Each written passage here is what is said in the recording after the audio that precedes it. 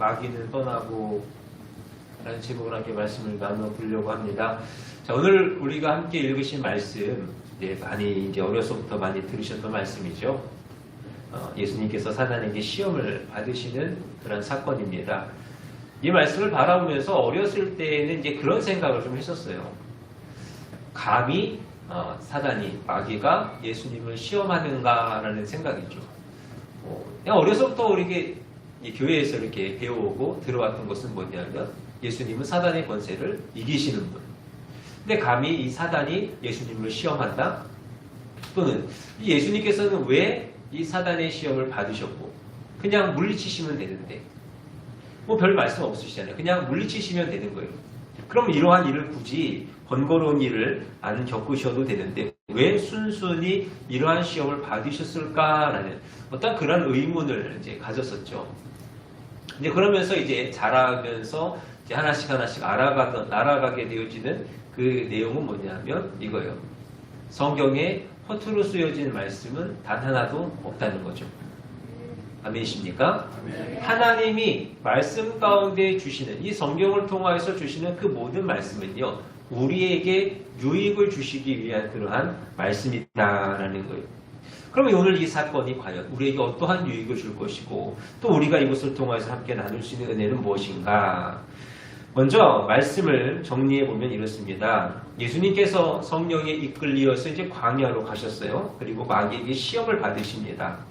이때 예수님께서는 40일을 금식을 하신 어떤 줄이신 상태였다라는 거예요. 그때 마귀가 세 가지로 이제 예수님을 시험하죠. 돌들로 떡덩이가 되게 하라. 그리고 높은 곳에서 뛰어내리라. 그리고 자신에게 절을 하라. 이제 이러한 것들이에요. 그때에 와서 이제 그때마다 예수님께서는 이 모든 시험을 이제 말씀으로써 이겨내셨습니다. 그리고 이제 세 번의 시험이 마치고 났을 때에 마귀는 사탄은 떠나가게 되어지고 누가 오게 되어지죠? 천사가 오는 거예요. 천사가 와서 수종을 드는 어떤 그러한 삶이 되어지셨다는 것이 본문의 말씀이에요. 그래서 우리가 이 말씀을 통하여서 이제 생각하는 것은 뭐냐면 우리도 예수님과 같이 천사가 수종드는 그러한 삶을 살아가는 주인공들이 되기를 원한다는 것입니다. 여러분 천사라는 존재를 어떻게 생각하세요? 그냥 단지 그냥 환상적이고 신비하고 감히 우리가 범접할 수 없는 어떤 그러한 존재로만 이렇게 여겨지십니까? 아니죠. 성경이 말씀하는 천사는 뭐냐면 우리를 돕기 위하여서 보내시는 그러한 존재라는 거예요. 그러니 우리가 이 땅에서 살아갈 때에 천사가 우리에게 와서 우리를 돕는 이 성경의 표현대로 우리에게 수종드는 어떠한 그러한 일이 되어진다고 한다면 그것만큼 복된 삶이 없다는 것이죠. 바라기는 저와 여러분의 삶 가운데 이러한 은혜가 날마다 끊이지 아니하고 풍성하게 일어날 수 있기를 바랍니다. 근데 또 한편으로 생각하면 이런 게 있어요. 우리가 그러한 삶을 살아가야 할 것인데 그 삶을 살아가기 위해서 필요한 게 있다는 거죠. 그게 뭘까요? 바로 시험이라는 거예요.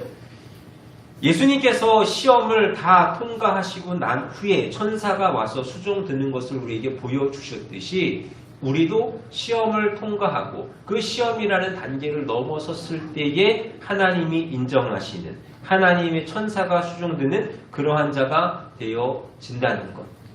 그래서 우리가 늘 하나님의 기쁨이 되어지고 하나님의 인정을 받는 자들이 되어지기를 위하여서는요. 이 시험이라는 것을 늘 바라보면서 또 그 시험을 잘 이겨낼 수 있어야 한다는 것이죠. 그래서 오늘 본문을 중심으로 해서 우리가 시험에 대하여서 우리가 함께 말씀을 좀 나눠보려고 해요. 먼저 시험의 때는 과연 언제인가 하는 것이죠. 여러분 시험의 때가 언제인 것 같으세요? 언제라고 딱 정해진 것이 아니죠. 그냥 아이들 학교 다니듯이 중간고사나 기말고사나 그렇게 시험의 때가 딱 정해졌으면 좋을 것 같아요. 그러면 우리가 그것을 준비하면 되잖아요. 근데 시험의 때는 정해진 것이 없어요. 언제 어디서 이렇게 올지 모르잖아요. 근데 우리가 이렇게 살아가면서 또 성경을 바라보면서 그래도 깨닫는 게 하나 있다면 그게 뭐냐면 시험이 잘 올 때가 있다는 거죠. 시험이 잘 올 때가 있어요. 그것이 언젠가 우리 4장 1절 말씀 시작해 보면은 그때에 라고 이렇게 말씀해요. 여러분 여기서 그때에라고 하는 때가 언제냐면 예수님께서 이제 공생애를 시작하시기 위하여서 세례 요한에게 세례를 받으시는 거예요. 세례 요한에게 세례를 받으시고 나오실 때에 하늘에서 성령이 비둘기같이 임하시고 또 하늘에서 음성이 있어 이는 내 사랑하는 아들이니 라는 그러한 음성이 들려지는 그러한 때를 이야기하고 있는 거예요. 그리고 그 후에 곧바로 광야에서 시험을 받으셨다는 것이죠. 여러분 이 말씀을 이 말씀이 무엇을 의미하는가 하면 우리가 시험에 잘 들을 때 우리가 시험을 받을 때가 언제냐? 바로 우리의 삶에 평안함이 있을 때 우리의 삶에 좋은 일이 있을 때 또는 우리의 영적인 면에서 하나님의 은혜가 있고 하나님의 어떤 놀라운 역사를 경험하게 되어지는 어떠한 그러한 때에 우리가 시험에 들기가 너무나도 쉽다라는 거예요. 그럼 생각해 보시면 돼요. 문제가 있다라고 생각을 해보세요. 문제가 있으면 여러분 뭐 하시겠어요? 기도하지 않으시겠습니까? 아멘. 마음 가운데 늘 하나님 생각하지 않으시겠어요? 아멘. 그럼 사단이 우리를 시험할 거리가 안 된단 말이에요. 잘 무장되어 있고 잘 준비되어 있어요. 그럼 사단이 우리를 시험할 이유가 없죠. 근데 우리의 마음이 평안해요. 우리의 은혜가 넘쳐요. 그럼 기쁨이 막 가득하단 말이에요. 바로 그때에 사단이 우리의 마음 가운데 들어와서 우리를 시험하게 되죠. 제가 교회를 바라보면서 하나님의 은혜에서 하나가 되어지고 또 우리가 생각하지 못했던 많은 은혜가 우리 가운데 주어지는 것을 바라보면서 하나님 앞에 참 감사하고 또 그로 인해 참 기쁨이 넘치고 그러면서 동시에 드는 마음이 이거예요. 이러할 때가 바로 시험이 들어올 때다. 우리가 이것을 잊지 말아야 됩니다. 바로 이때가 오히려 시험에 들기가 더욱 쉬울 때. 자, 우리가 엘리야를 바라보게 되어지면 여러분 엘리야가 가장 절망적인 순간이 언제였는가?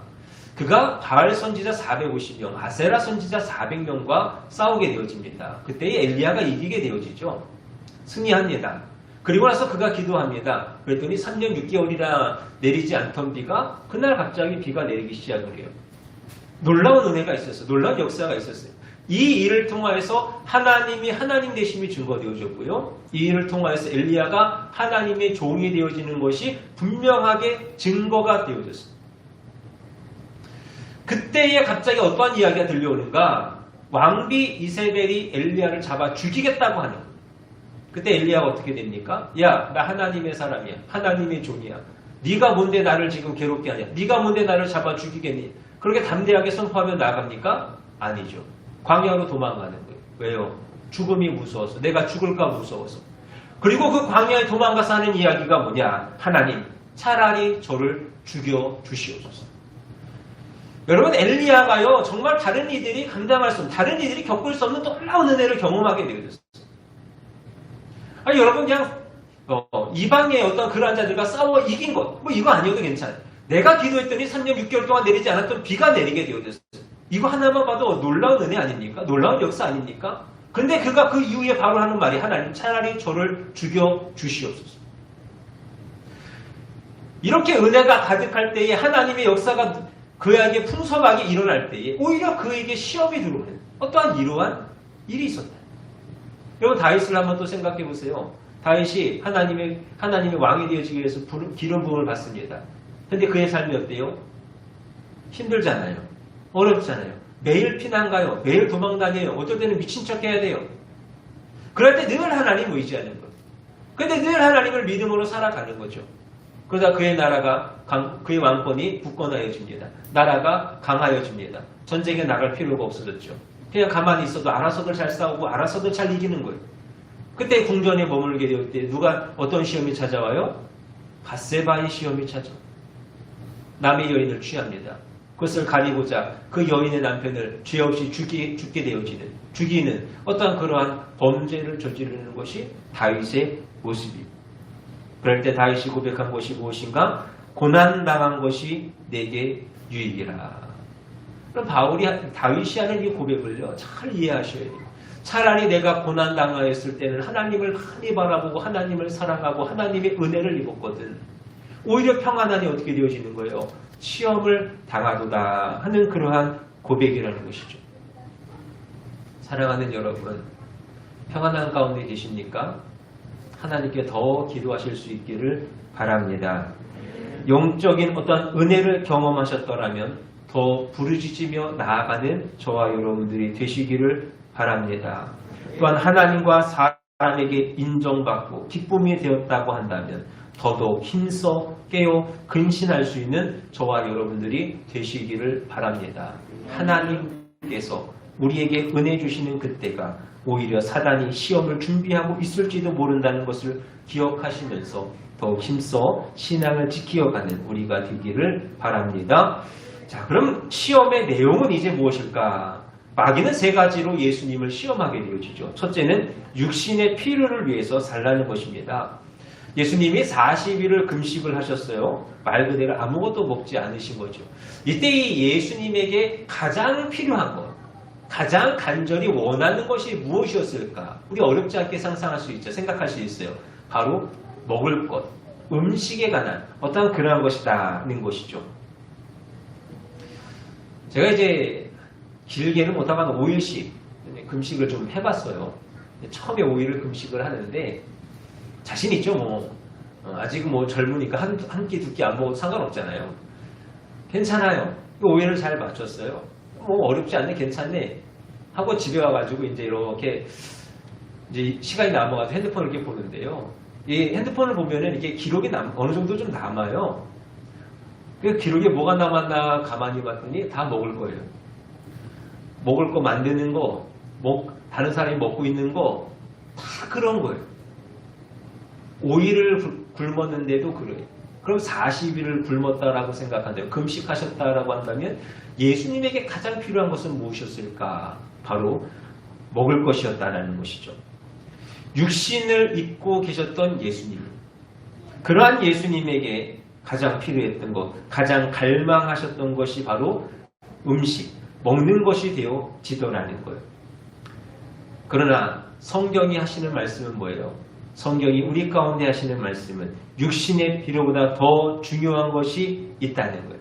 그것이 뭡니까? 바로 하나님의 뜻이라는 거예요.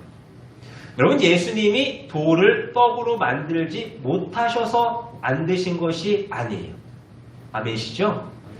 전설에 보면, 전설이에요. 이거는 외경도 아니고 위경도 아니고 전설이에요.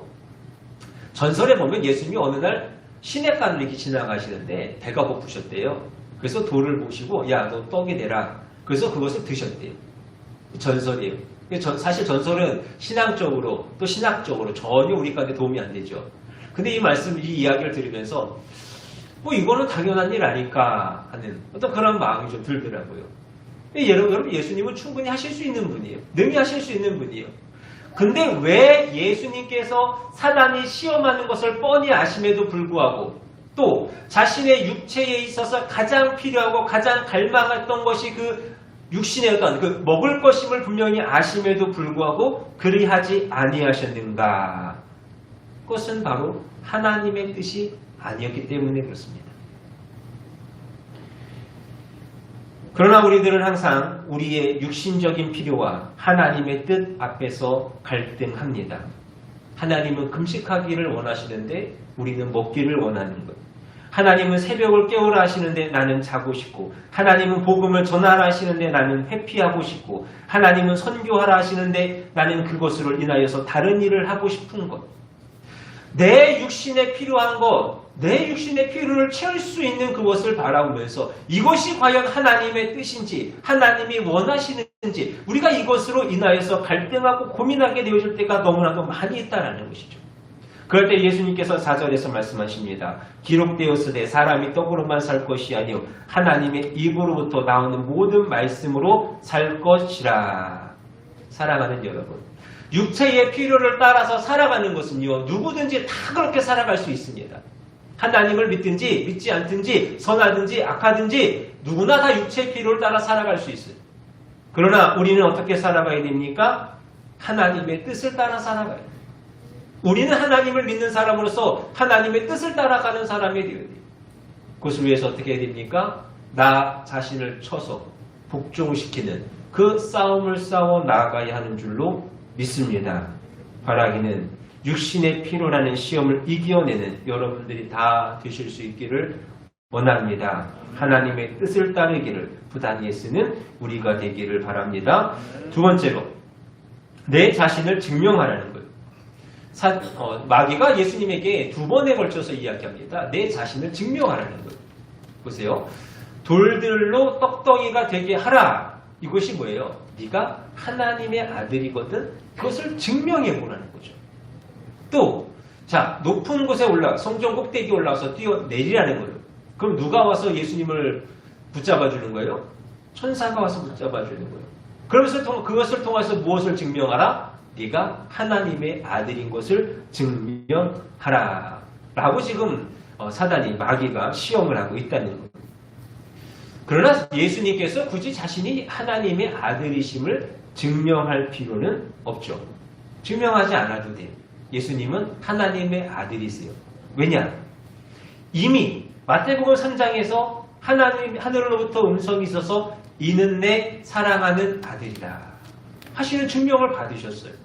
또 예수님께서 이제 이 일 이후로 공생애를 지내시면서 여러 가지 일들을 행하시고 그 가운데 기적을 행하시고 때로는 하나님의 복음을 전하시고 하시면서 하나님의 아들이심을 그들 가운데에 보여주게 되신다는 거예요.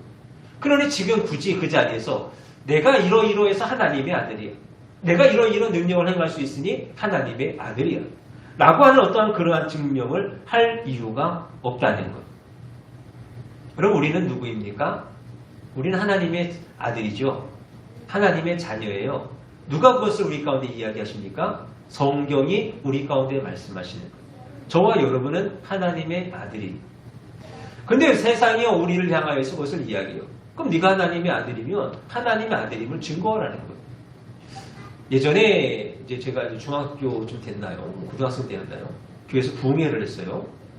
부흥회를 하는데 누군지 모르겠어요. 제가 이제 저희 교단이 이제 크지가 않으니까 얼추 오시는 분들은 다 아는데 그때 부흥 강사 오셨던 분이 누구신지 모르겠는데 갑자기 이런 얘기를 하시는 거예요.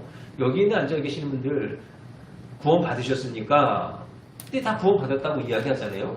그랬더니 그때 하시는 말씀이 자, 구원을 받으셨으면 자기가 그 구원에 받은 때를 기억하냐는 거예요. 언제 구원을 받았냐는 거예요.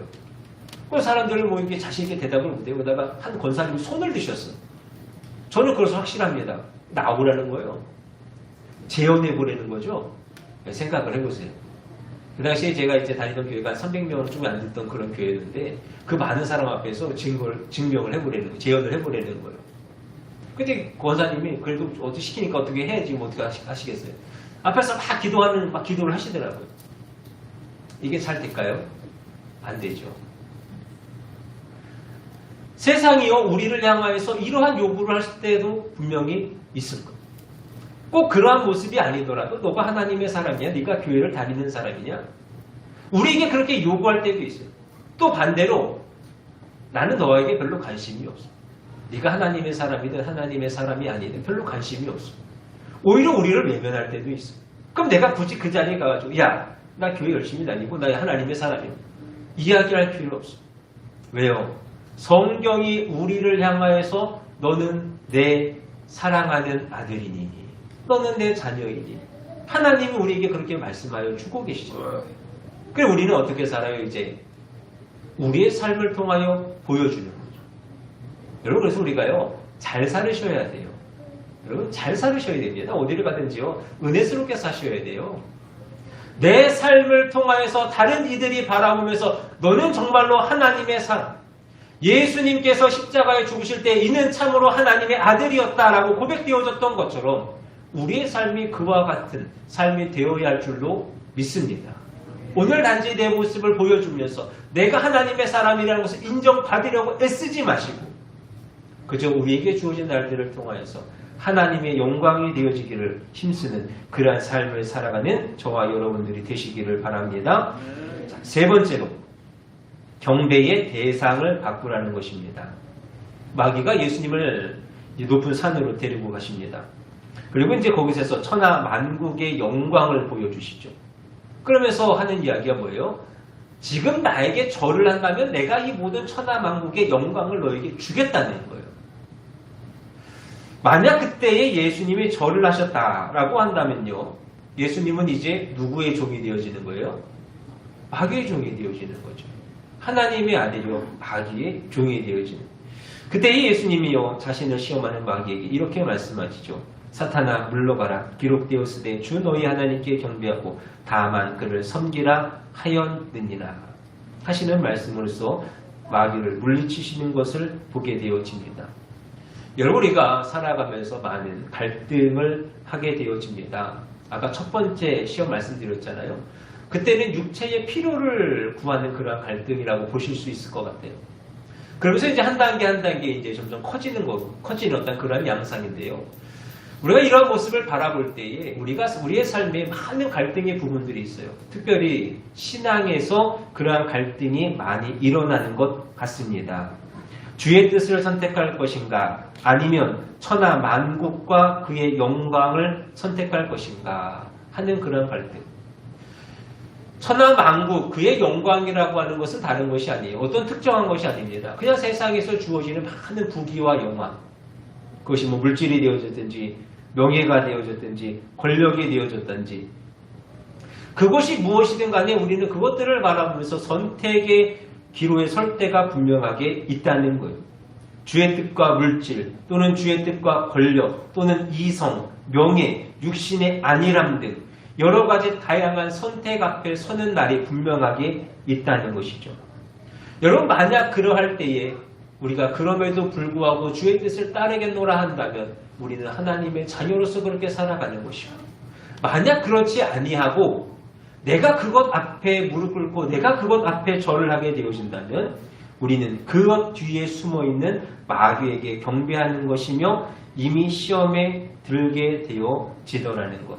여러분 이것을 바라보시면서 늘 하나님의 뜻을 선택하기를 기뻐할 수 있는 저와 여러분들이 되시기를 원합니다. 아멘. 자, 이제 마지막으로 조금 길을 것 같아서 빨리빨리 좀 넘어가는 중이에요. 자, 그럼 마지막으로 그럼 시험을 이기는 방법은 뭘까? 그렇죠?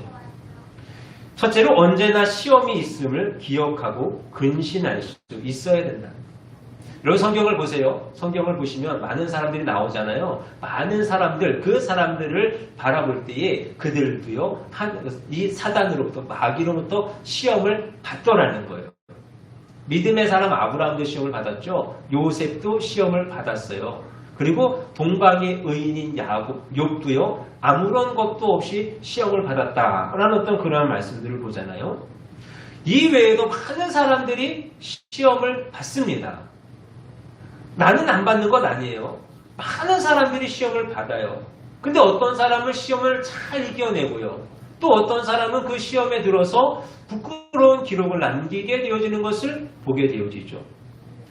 오늘 우리가 함께 읽은 이 본문의 말씀을 봐도 그렇잖아요. 아니 사단이 뭔데 예수님을 시험을 해요. 마귀가 어떻게 예수님을 시험을 합니까? 그러나 이 모습들을 바라보면서 우리도 그와 같을 수 있다는 것을 깨달아야죠. 왜 시험에 안 드실 자신 있으세요? 나는 절대 시험에 안 들 수 있다 하시는 분 계십니까? 없어요. 저도 자신 못해요. 저도 그럴 수 있어요. 우리 모두는 누구나 할지라도요. 마귀에게 시험을 받을 수 있는 자예요. 네. 오죽하면 3절 말씀에 사단을 향하여서 뭐라고 그러십니까? 이는 시험하는 자라. 어떤 그러한 말씀을 하고 계시다라는 거예요. 그만큼 이 사단은요. 시험 못할 대상이 없어요. 누구나 다 시험할 수 있다는 거예요. 그래 우리는 이것을 기억해야죠. 아 그렇구나. 마귀는 우리를 시험하는 자지. 내가 언제든지 시험 받을 수 있지. 이것을 기억하셔야 됩니다. 여러분 알고 당하는 것하고 모르고 당하는 것하고는요. 차이가 커요. 알고 계셔야 돼요. 아 그렇구나. 사단은 우리를 시험할 수 있구나. 그것을 통하여서 근신하여 깨어있는 저와 여러분들이 되시기를 바랍니다. 네. 두 번째로 바로 기도하라는 거예요. 아멘. 예수님께서 40일간 금식하신 후에 시험을 당하시고 시험을 이기셨습니다.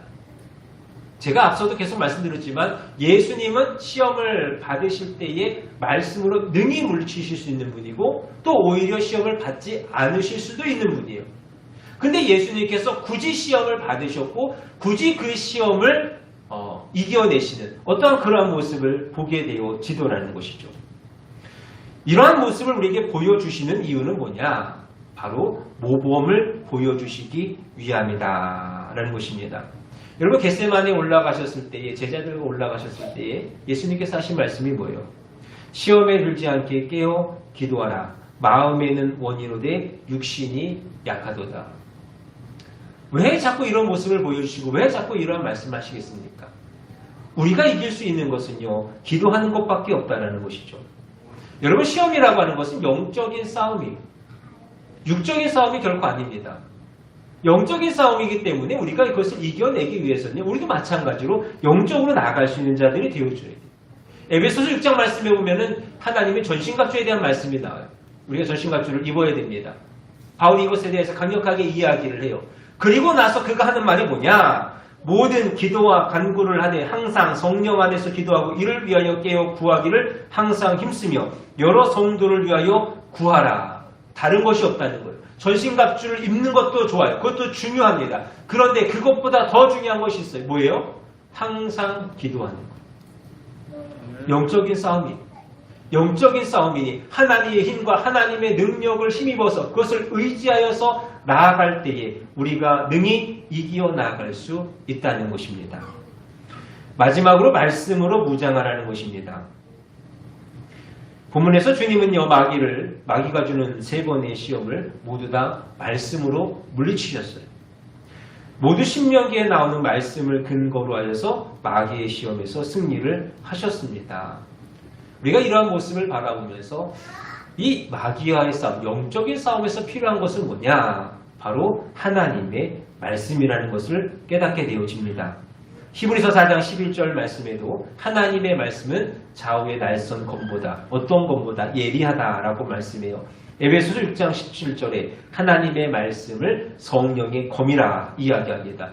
또 시편 149편에 하나님의 말씀을 가지고 두날 가진 칼, 즉 하나님의 말씀을 가지고 적들을 물리치며 승리할 수 있음을 가르쳐주고 있다는 것.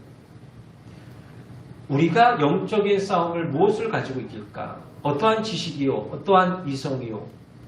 우리가 그것을 가지고 이겨나가는 건 아니라는 것이죠. 어떠한 의지가 있어서 내가 그것을 이겨나가는 것이 아니라는 거예요. 하나님의 말씀이 있어서 하나님의 말씀이 나를 붙들어 주시고 하나님의 말씀이 나를 깨닫게 하여 주셔서 내가 그것으로 인하여서 승리를 이루어낼 수 있음을 바라보며 나아가는 저와 여러분들이 다 되실 수 있기를 원합니다. 말씀을 정리합니다. 예수님은 항상 우리에게 보여주십니다. 우리가 어떻게 나아가야 되고 어떻게 살아야 되고 어디에까지 이르러야 할지를 늘 보여주고 계십니다. 그래서 오늘 우리에게 보여주시는 말씀이 바로 천사에게 수종되는 그런 복된 삶을 살아야 함을 우리 가운데 보여주고 계시다는 것이죠. 저와 여러분, 마귀가 주는 그 시험 가운데 승리하여서 이러한 복된 삶을 살아갈 수 있기를 원합니다. 그러나 그 시험이 결코 쉽지는 않아요. 함께 말씀을 나눠봤지만 결코 쉬운 일은 아니에요. 그러나 하나님이 우리에게 주시는 이 말씀처럼 여러분 더욱 하나님 안에서 그의 믿음을 가지시고 더욱 기도하시고 더욱 말씀을 가까이 하심으로 인하여서 능히 이겨낼 수 있는 저와 여러분들이 다 되실 수 있기를 원합니다. 이겨내셔서 예수님과 같이 천사가 수종을 드는 참으로 복된 삶을 살아가는 은혜가 있기를 주님의 이름으로 축원합니다. 기도하겠습니다.